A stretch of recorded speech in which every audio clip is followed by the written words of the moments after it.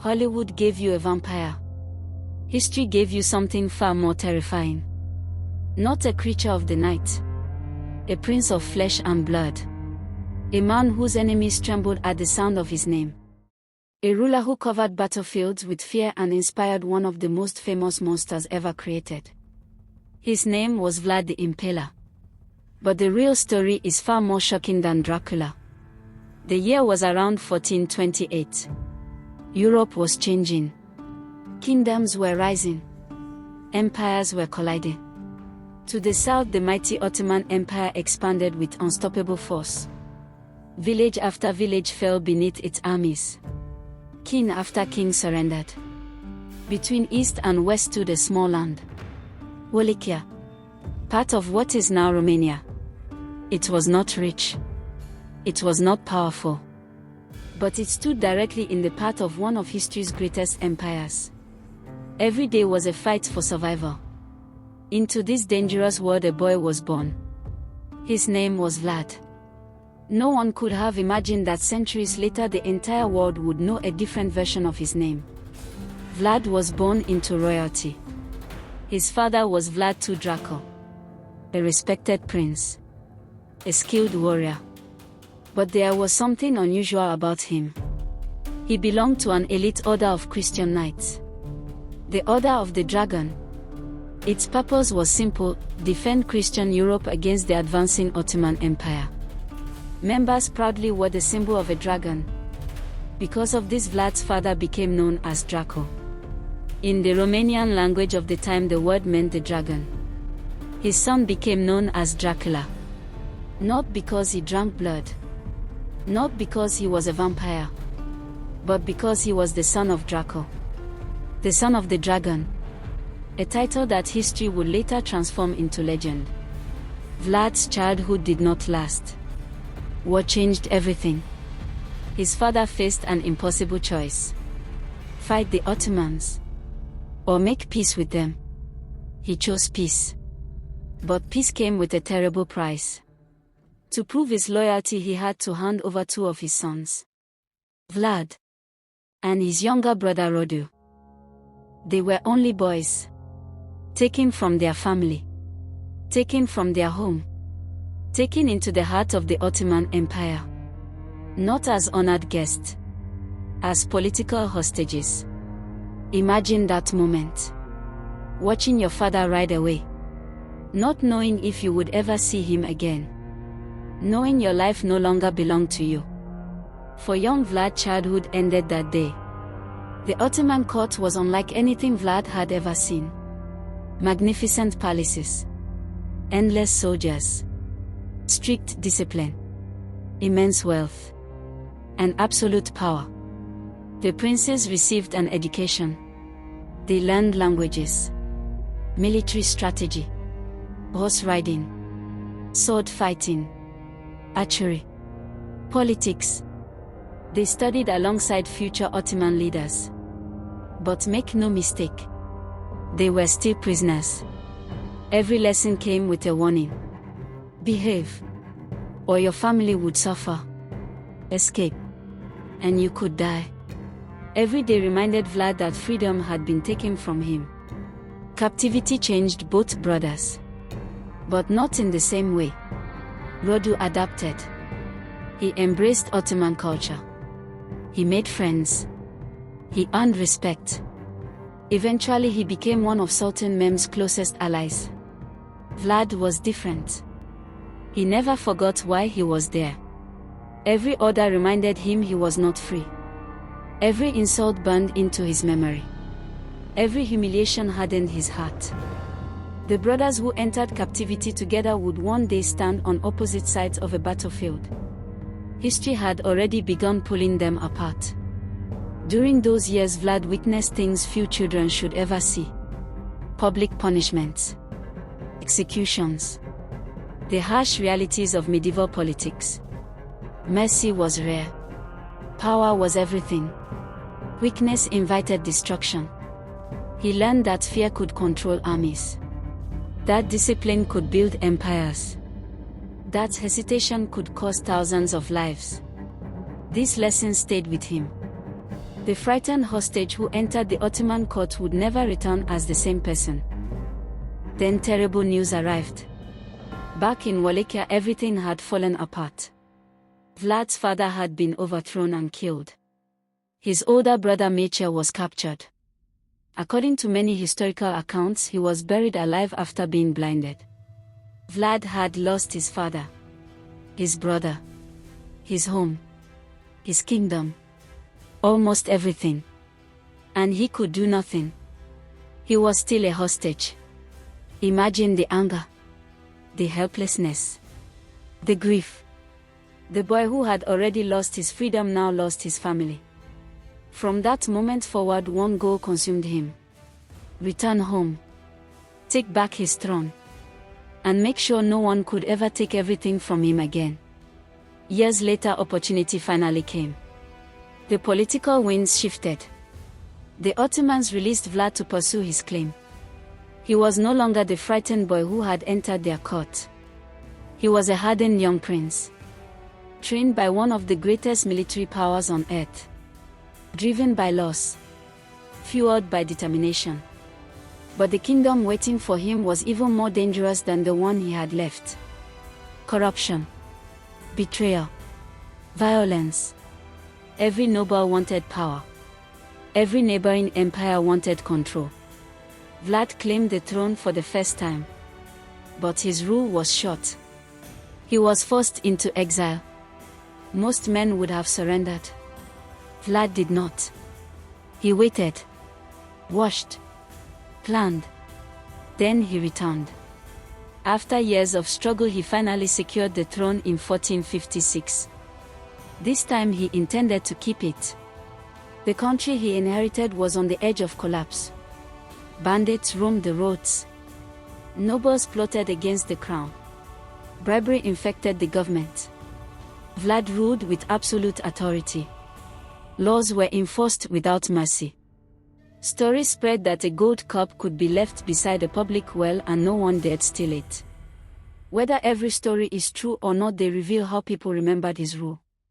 Order had returned. But it had come at a terrible price. Then came the punishment that would define his name forever. Impalement. A sharpened wooden stake. Victims raised onto it, sometimes dying over many hours. It was horrifying. Deliberately so. Vlad did not invent impalement. It had been used by several cultures before him. But he employed it on a scale that shocked even his contemporaries. Murderers, traitors, enemy soldiers, criminals, political rivals, all faced the same terrifying fate. Why? Because Vlad believed fear could accomplish what armies could not. If one execution frightened 100 people, then 100 executions might frighten an entire kingdom. Cruel. Without question. Effective. Many contemporaries believed it was. But Vlad's greatest enemy still waited beyond the Danube River. The Ottoman Empire. Now led by Sultan Mehmed II.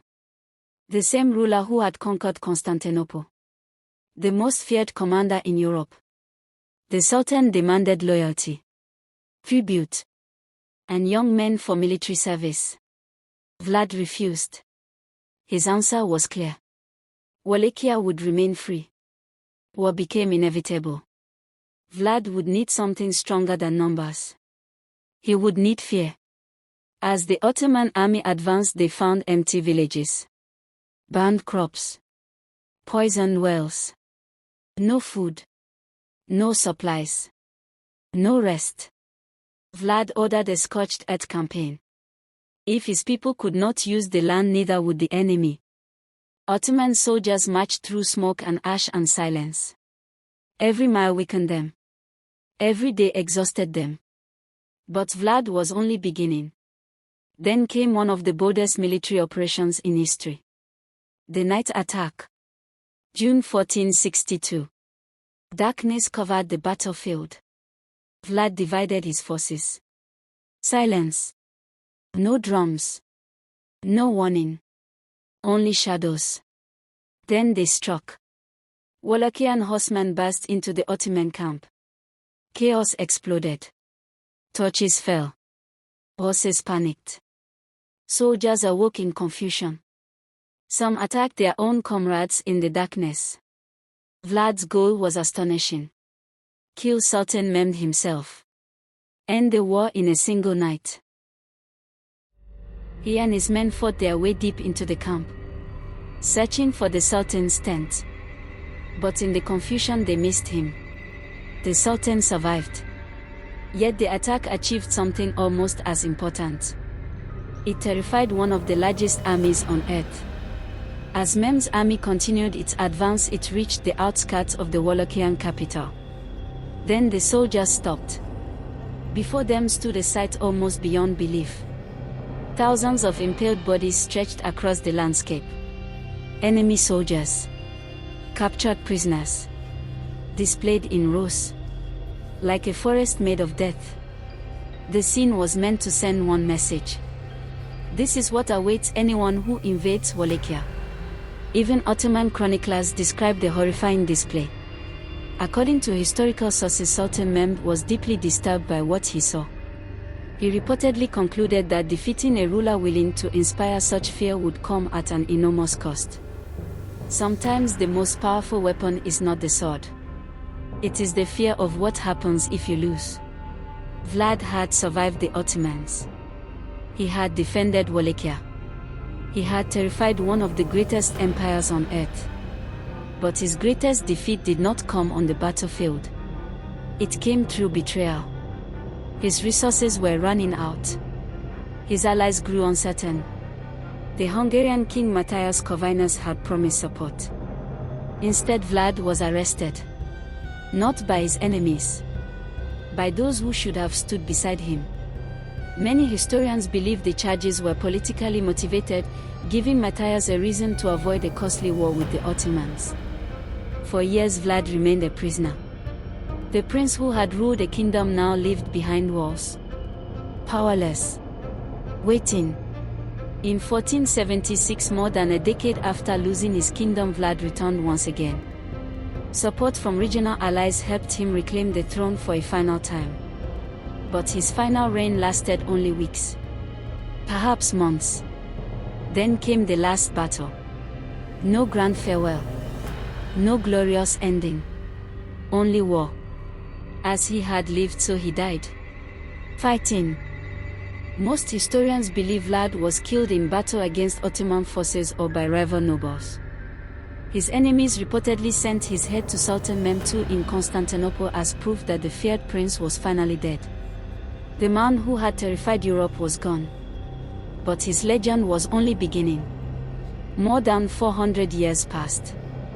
Then an Irish writer named Bram Stoker began writing a horror novel. He wanted a name for his vampire. While researching Eastern Europe, he came across a Wallachian prince called Dracula. The name fascinated him. He borrowed it. And in 1897 he published Dracula. A supernatural account. A creature of the night. A blood-drinking vampire. The fictional Count Dracula was not a biography of Vlad III. Stoker drew from many sources of folklore and imagination. But the famous name came from the real prince known as Dracula, son of Draco. Over time, movies, books, television, and Hollywood transformed that name into one of the most famous fictional characters ever created. Millions came to know Dracula. Very few learned about Vlad. The real man disappeared behind the myth. Outside Romania, many remember Vlad as a monster. Inside Romania, many remember something very different. A ruler who defended his homeland. A prince who resisted Ottoman expansion. A leader who fought corruption. A symbol of national independence. This does not erase his brutality. Nor does it erase the suffering caused by his punishments. Instead, it reveals a difficult truth.